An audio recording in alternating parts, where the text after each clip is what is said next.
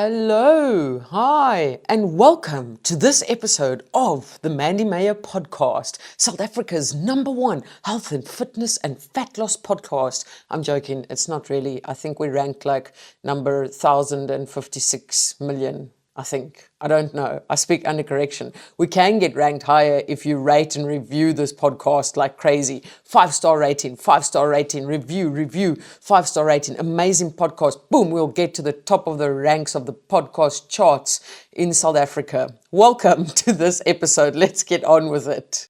In today's episode, I'm going to answer the last couple of questions that I got on my Instagram stories the other day. If you're not yet following me on Instagram, go ahead, drop me a follow on Instagram. I don't post much interesting things there. I think the most interesting or educational things that I do post is most definitely on this podcast as well as on YouTube, because obviously this podcast feeds through to YouTube, as well as on my Substack account where I write articles. My goodness gracious me, it seems like she has verbal diarrhea today. Let's get into it. All right, I'm going to read the questions and then I'm going to answer them, okay, one by one, just like we did in the last episode. If you haven't listened to the last episode yet, go ahead, listen to it, then share it with your friend, share it with Sally from the printer if you want to, maybe Bob the Builder, I don't know, share it with someone, get the word out there. Let's get this podcast ranked at #1. I just want to take a screenshot for once where my podcast is ranked at #1, and then we can let it go back to 150 million, thousand, whatever spot it's in. Let's get into the questions. What is the worst fad diet you have ever heard of? You know what, guys? I've tried in my life. I've tried several is like it just sounds too little. I've tried loads and loads and loads of fad diets, of quick fixes during my several failed attempts at fat loss. One thing I did not try, I don't think it was around then, I don't know, but a coffee enema. I don't know if you've ever heard of a coffee enema. Essentially what it is, I think it is, I haven't actually Googled it.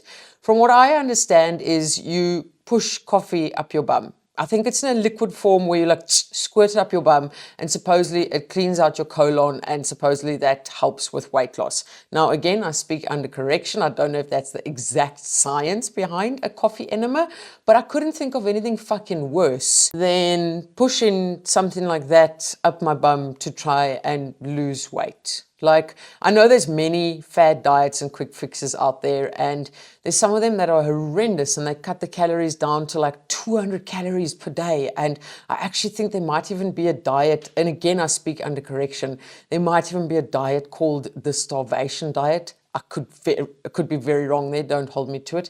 And I think it's something like an apple, maybe a tin of tuna and a coffee. I don't know, okay? Maybe I'm just making that shit up now as well. But again, there's just so many ridiculous fad diets out there. I can't pinpoint an exact one, but my mind goes straight to the coffee enema. Like, why would someone want to do that? Like, no. Now, I know many people might say, oh, but shoving coffee up your bum or squirting coffee up your bum is, it's got a lot of other health benefits, man. You're like, good for you. If you want to do that, I'm not yet. I'm at the point where I'm not here to stop adults doing what they want to do. I'm here to hand out advice and facts, and you can do with it whatever you want to. So that's pretty much my opinion on that. But when it comes to fad diets, I always think to myself, and I can speak openly about this, or I feel I can speak openly about this, because I know that I've tried loads of different fad diets and quick fixes, except the coffee enema. And you know what? People will try, including me, because like I said, I've been there, I've done that, not the coffee enema. People will try everything except for eating healthy and exercising. And at the end of the day, what is the one thing that does work is eating healthier and exercising, so creating a healthier lifestyle. But people will literally try absolutely anything and everything, from sticking coffee, liquid, whatever up their bum, to I don't know what else, right? Sniffing a lettuce leaf in the pursuit of weight loss. But they will do anything. And I can say that because I was there as well, because I was desperate. But once I found out the way fat loss worked and what changes had to be made, and everything else that went with it, like everything, literally everything I discuss on this podcast, that's where my whole mindset around all of it had changed. The next question we've got is, how do I get back into running if I've had a broken foot or a broken ankle or a broken toe?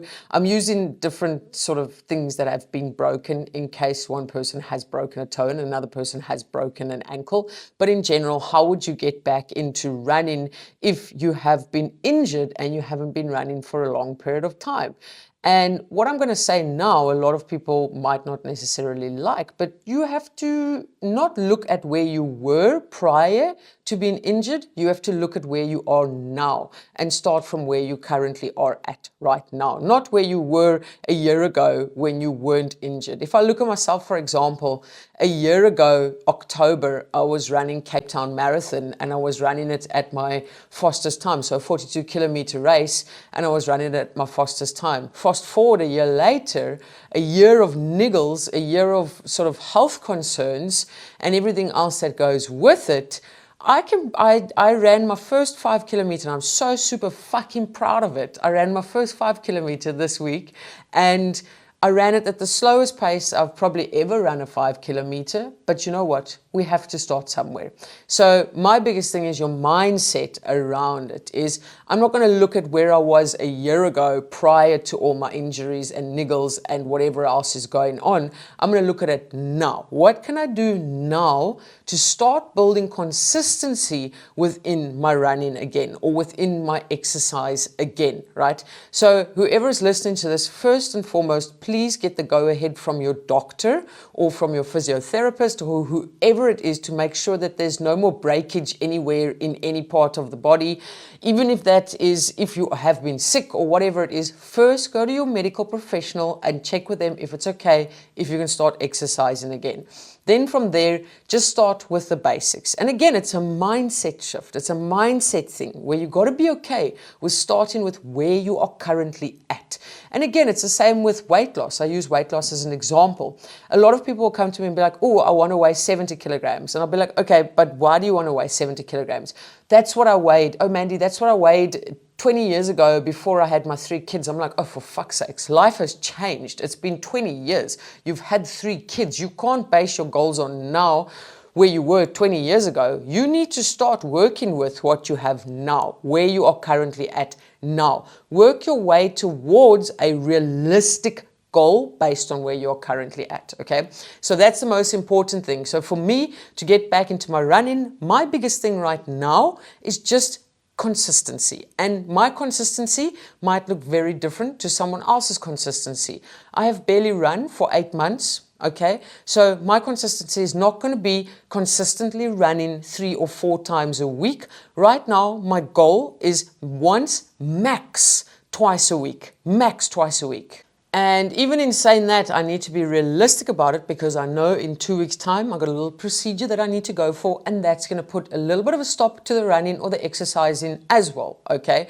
So again, it's about setting your goals based on where you are currently at, okay? And then setting your expectations accordingly. Be patient. Like, you know what, my biggest thing is we always want to push to get to this goal. We want to push to be able to run a marathon. We want to push to lose those 10, 20 or 30 or 40 kilograms, and we want to do it all now, okay? Us as humans are very impatient little mofos, okay? Give yourself time, go easy on yourself, get back into it, focus on the basics.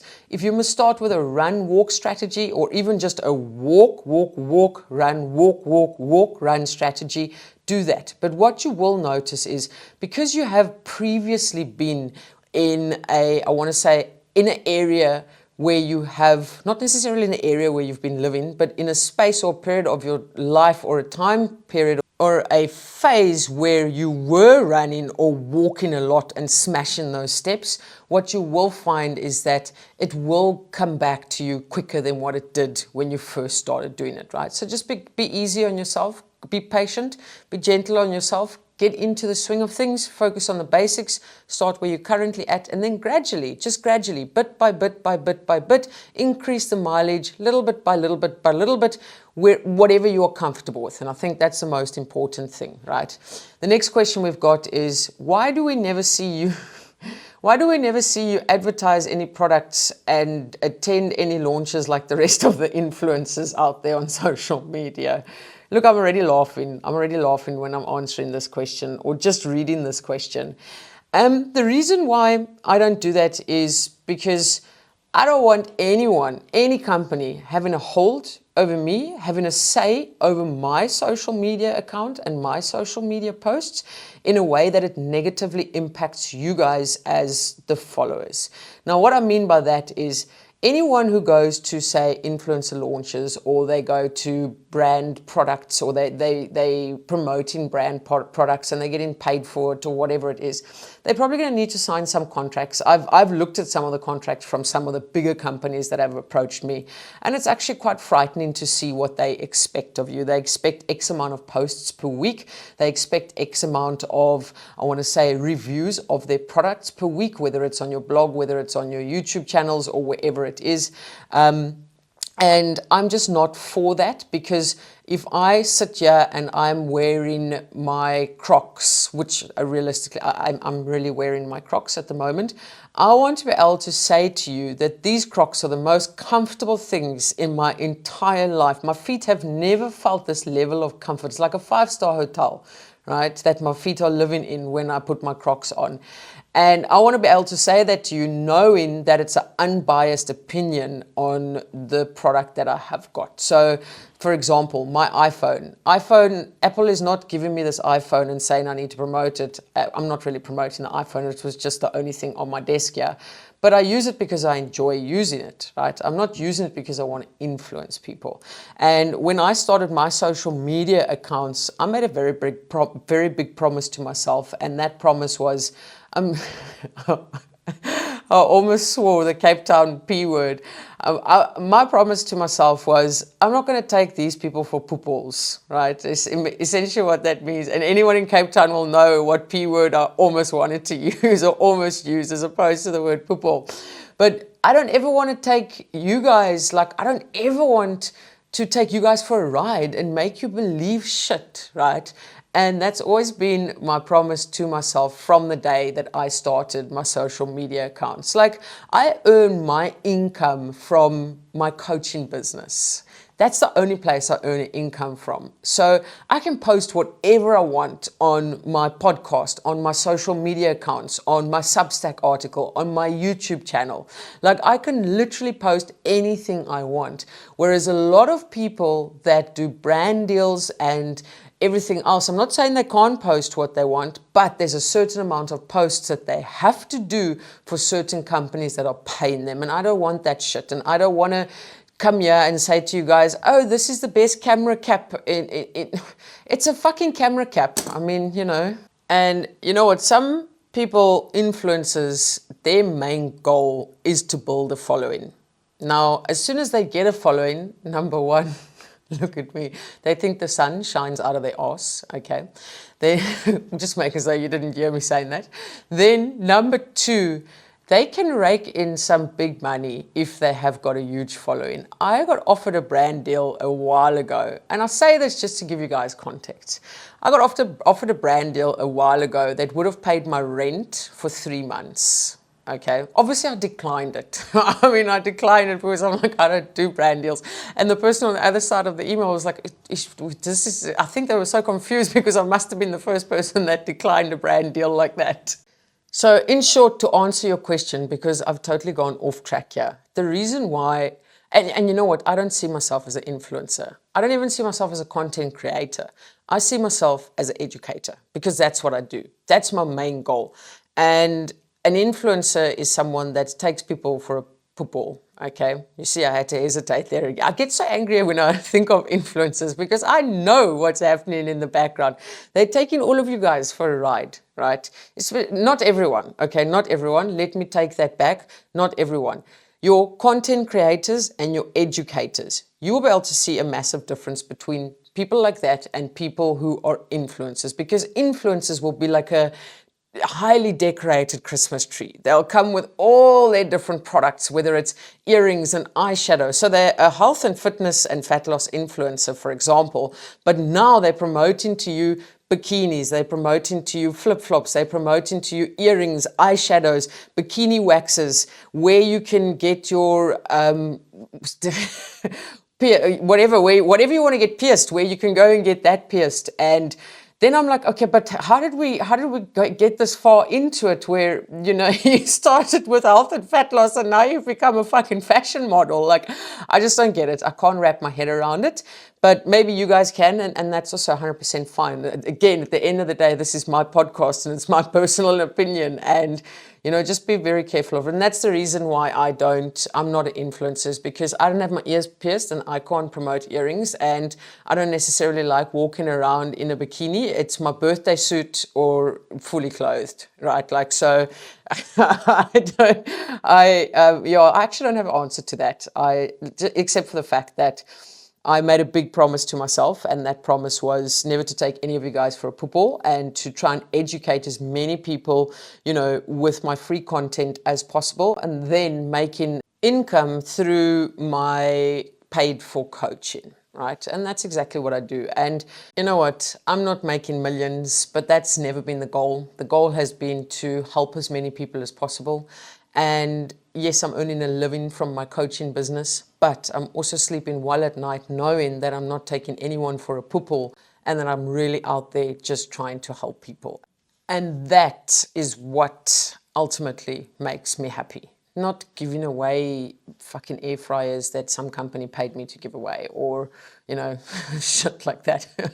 Anyway, on that note, I want to love and leave you guys like I usually do. Keep smiling, keep laughing, and keep being kind to one another. Much love, your friend who was in a very weird mood today, Mandy.